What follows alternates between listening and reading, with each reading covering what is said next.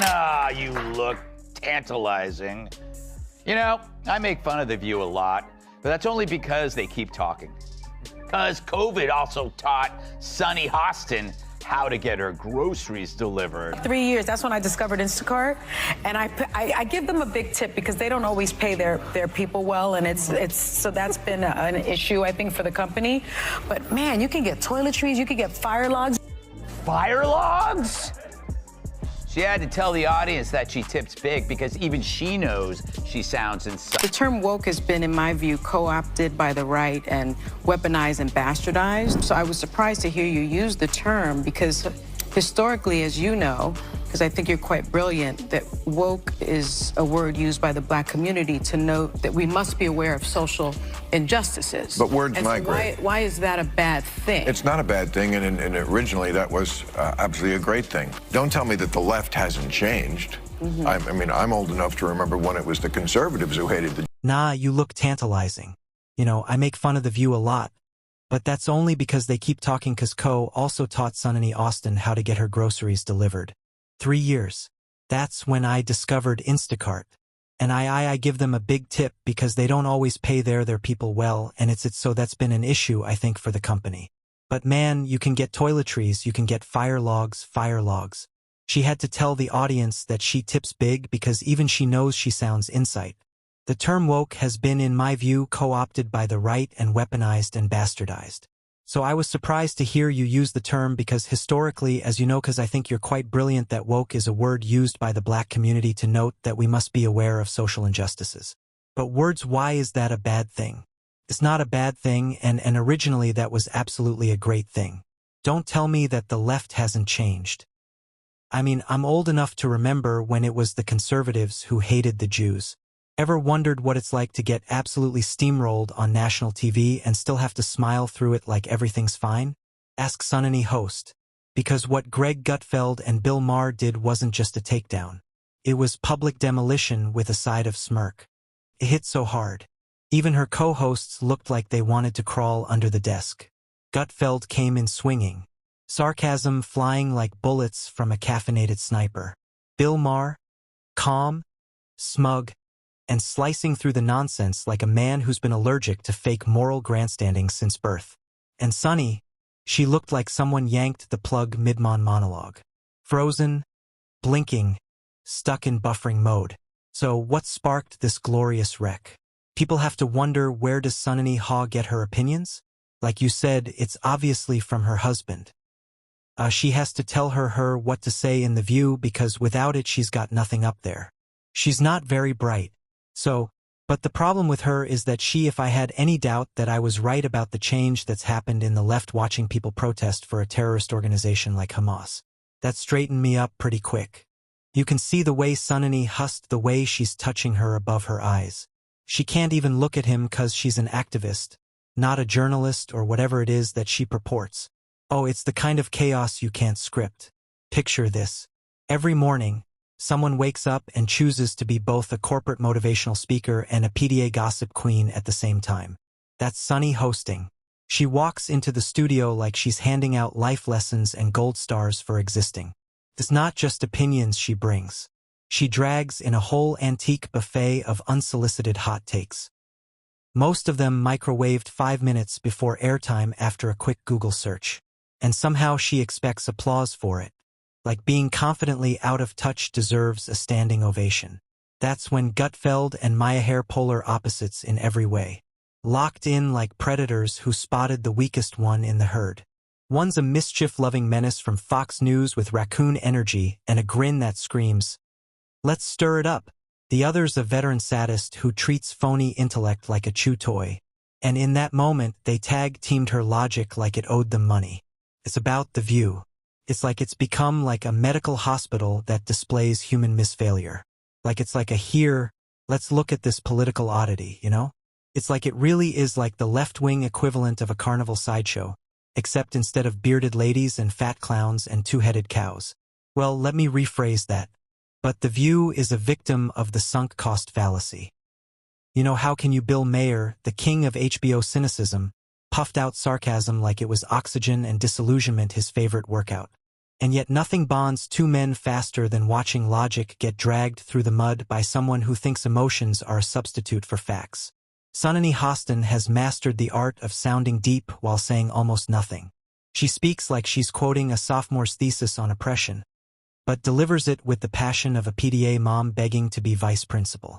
There's no debate, no back and forth, just declarations, loud and proud, as if shouting makes it true. She treats her opinions like gospel, as long as the facts line up with her feelings.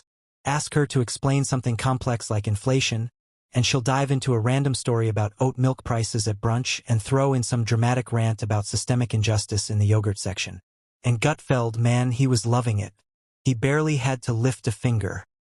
Watching Sonny try to sound intellectual was like watching someone try to decode Shakespeare while staring through a fogged-up bathroom mirror. Every take came soaked in personal drama seasoned with that unique energy of I skimmed an article so now I'm an expert.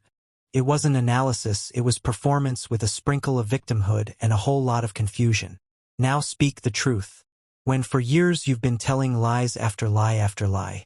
Now you're carrying this big bag of rocks around you because it's too harmful for their ego to admit that we really were dishonest. And they could be honest. All they would have to say is, look, we hate Trump so much. We were willing to lie about Joe Biden because we felt he was preferable. We thought our lying and our cover-up was on your behalf. Just say that. You're still scum, but at least you're honest. Greg Gutfeld, basically a walking Twitter troll with a primetime budget, just leaned back, smirked, and let Sonny's contradictions collapse under their own weight. No need to shout. Just one eyebrow raise, and the whole mess unraveled in real time. And Bill Maher, you know it's bad when the guy famous for ranting at clouds like it's his therapy session ends up sounding like the voice of reason. Maher didn't clap back. He disassembled her like some bored dude ripping apart IKEA furniture just to feel something. He lives for discomfort and Sonny served it up on a silver platter. Delivered fast, overpriced, and yep, 100% disappointing. At one point, without even flinching, Sonny claimed that having a nuanced conversation is a form of privilege. No joke. That's like saying rain is offensive because not everyone owns an umbrella. That take didn't just miss the mark, it moonwalked in the opposite direction. Maher and Gutfeld just stood there probably trying to compute how someone with a law degree could twist victimhood into a weapon so sharp it could slice through common sense like butter. Like she's out here collecting emotional endorsements on LinkedIn. If you think that's bad, The View's co-host Sonny Host says, "Hold my beer," and is literally claiming Republican women can't think for themselves. I think that women, white women in particular, want to protect the patriarchy here because it's to their benefit. They want to make sure that their husbands do well. They want to make sure that their sons do well. They want to make sure that their children do well. And they want to make sure that they do well. Most of the women in some of these studies are married white women. And they do fall in line with what their husband hears. The real kicker. Sonny doesn't want a conversation. She wants a standing ovation. She wants every segment to end with a slow clap, a fake trophy, and someone telling her she's so brave for saying something mildly edgy in a room full of paid yes men. She's that one kid in class. You know, the one hand always in the air, reminding the teacher she read the homework, and every thought she shares, empty calories, nothing helpful, just dressed up in buzzwords, polished for applause, and sold as revolutionary when it's barely even relevant. Greg Gutfeld, a man who practically inhales sarcasm and exhales mockery, didn't even have to try. He took Sonny's smug self-righteousness and spun it into comedy gold without even needing a punchline. Because let's be honest, Sonny is the punchline. She could say good morning and somehow twist it into a TED Talk about how capitalism destroyed Colombian coffee beans. She talks like she's narrating a self-help audiobook for people who refuse to wear deodorant, but won't buy eggs unless the carton says organic and cursive. It's Whole Foods wisdom mixed with NPR elitism on a vintage radio, of course. And what really takes the cake? She truly thinks she's the voice of reason. Like, her opinions are the solid foundation of American thought, and we should all just be grateful she blessed us with them. Thank you. Austin's obsession with race gets thrown back in her face. Today's video comes to us from Sonny Austin. Sounds like a town where you need Sonny Austin. She was on PBS's Finding Your Roots, a show dedicated to researching celebrity ancestry. For context, Sunny is a staunch supporter of reparations and has made a fortune spewing nonsense about white privilege and racial justice. Well, turns out she's not as oppressed as she claims she is. She's actually the descendant of slave owners from Europe.